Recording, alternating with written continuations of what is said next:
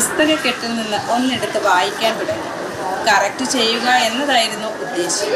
പക്ഷേ പുസ്തകത്തിൽ ശ്രദ്ധ പിടിച്ചു നിർത്തുവാൻ രമയ്ക്ക് കഴിഞ്ഞില്ല.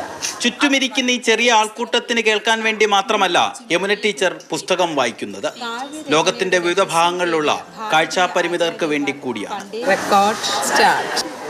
ആദിമ ജലധിയിലെ ലവണ കണങ്ങൾ. കിടങ്ങറ ശ്രീവത്സൻ. മനുഷ്യകുലത്തിന്റെ മാതൃഭാഷയാണ് കവിത.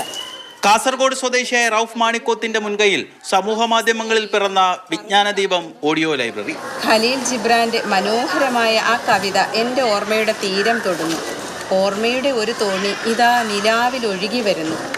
പുസ്തകത്താളുകളിൽ അക്ഷരങ്ങൾ തീർക്കുന്ന അത്ഭുതങ്ങൾ കണ്ണിൽ ഇരുൾ നിറഞ്ഞവരുടെ കാതുകളിലേക്ക് അവർ നിറയ്ക്കുന്നു. ഒരുപക്ഷെ ഏറ്റവും വലിയ സന്തോഷം അനുഭവിക്കുന്ന നിമിഷങ്ങളാണത്. നമ്മൾ പുസ്തകത്തിനെ കാണുന്നതിലും വായിച്ചാസ്വദിക്കുന്നതിനും അപ്പുറമാണ് അവർ കേട്ടിട്ട് പറയുന്ന മറുപടി. അത് നമ്മുടെ കണ്ണ് നിറയിക്കുന്ന ചില അനുഭവങ്ങൾ ഉണ്ടായിട്ടുണ്ട്. അത്രമാത്രം അതുകൊണ്ട് തന്നെയാണ് എനിക്ക് വായിക്കാതിരിക്കാൻ പറ്റാത്തതും. കാരണം നാളെ അതിൻ്റെ ബാക്കി കേൾക്കാൻ അവർ കാത്തിരിക്കുന്നു എന്നുള്ളതാണ് ഏറെ വായിക്കാൻ നമ്മളെ പ്രേരിപ്പിക്കുന്നത്.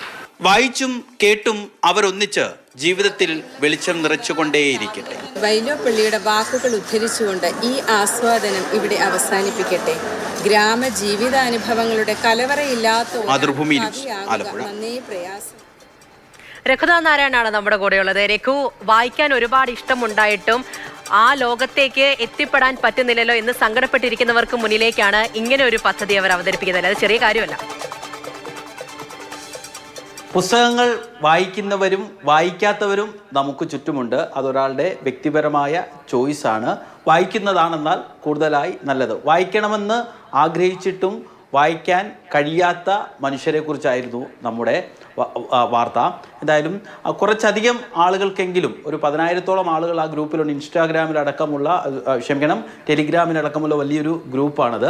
അവിടത്തേക്ക് ഓരോ ദിവസവും മുടങ്ങാതെ ഇത്തരത്തിൽ സാഹിത്യത്തിൻ്റെ ഓരോ ഭാഗങ്ങൾ ഇട്ടുകൊടുക്കുക എന്നുള്ളത് എത്രത്തോളം ശ്രമകരമായ ജോലിയാണ്. യമുന ടീച്ചർ അധ്യാപികയാണ്. ആ ജോലിയൊക്കെ ചെയ്തതിന് ശേഷമാണ് ഇതിനു വേണ്ടി മെനക്കെടുന്നത്. യമുന ടീച്ചറിനെ പോലെ 400 ആളുകൾ ഇത്തരത്തിൽ മെനക്കെടുന്നത് കൊണ്ടാണ് നമ്മളെപ്പോലെ കാഴ്ചശക്തി ഇല്ലാത്ത കുറച്ചധികം സാഹിത്യ ആസ്വാദകർക്ക് ഈ സാഹിത്യം മനസ്സിലാക്കാനും കഥകൾ കേൾക്കാനും നോവൽ കേൾക്കാനും കവിത കേൾക്കാനും ഒക്കെ കഴിയുന്നത്. എന്ന് മാത്രമല്ല വളരെ പ്രൊഫഷണലായി തന്നെയാണ്. അതായത് ഒരു എങ്ങനെയാണോ ആ കഥാസന്ദർഭം മുന്നോട്ട് പോകുന്നത് അതിൻ്റെ ഒരു വികാരങ്ങളും വിചാരങ്ങളും ആ താളവുമൊക്കെ ആ വായനയിലുണ്ട്. അത് കേട്ടിരിക്കാൻ അതിമനോഹരമായ നമുക്കത് കേട്ടിരിക്കാൻ തോന്നും. അത്തരത്തിലുള്ള ഈ വെളിച്ചം, അറിവ് വെളിച്ചമാണ്, വായന വെളിച്ചമാണെന്നൊക്കെ പറയുന്നത് പോലെ ഈ മനുഷ്യരാണ് നമുക്കറിയാം സ്വാഭാവികമായിട്ട് തന്നെ ഈ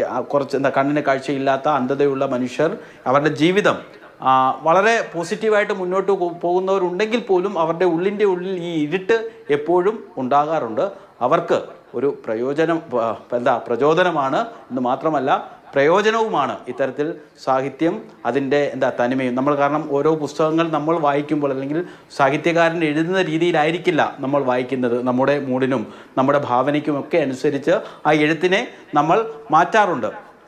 ഇത്തരത്തിൽ കണ്ണ് കാണാത്ത ആളുകൾക്കും ഈ മനോഹരമായ ശബ്ദത്തിൽ മനോഹരമായ താളത്തിൽ ഈ സാഹിത്യം കേൾക്കുമ്പോൾ അവർക്കും ഒരുപക്ഷെ അവരുടെ രീതി തീർച്ചയായിട്ടും അതിനകത്ത് അവർ പറയുകയും ചെയ്യുന്നുണ്ട്. ഇതിന്റെ ബാക്കി ഭാഗത്തിന് അല്ലെങ്കിൽ മറ്റ് കഥകൾക്കും നോവലുകൾക്കും ഒക്കെ വേണ്ടിയിട്ട് അവർ പിന്നെയും കാത്തിരിക്കുന്നു എന്നുള്ളതാണ്. അപ്പോൾ അങ്ങനെ കുറെ മനുഷ്യരുണ്ട്. അവർക്ക് വേണ്ടിയിട്ട് ഇങ്ങനെ ഒരു കാര്യം ചെയ്യുന്നു എന്ന് പറയുമ്പോൾ അത് വലിയൊരു കാര്യം തന്നെയാണ്. എന്തായാലും മനോഹരമായിട്ട് അത് പറഞ്ഞു കൊടുത്ത് അവരിലേക്ക് എത്തിക്കുന്നുണ്ടല്ലോ. സന്തോഷം. ശരി രഘു.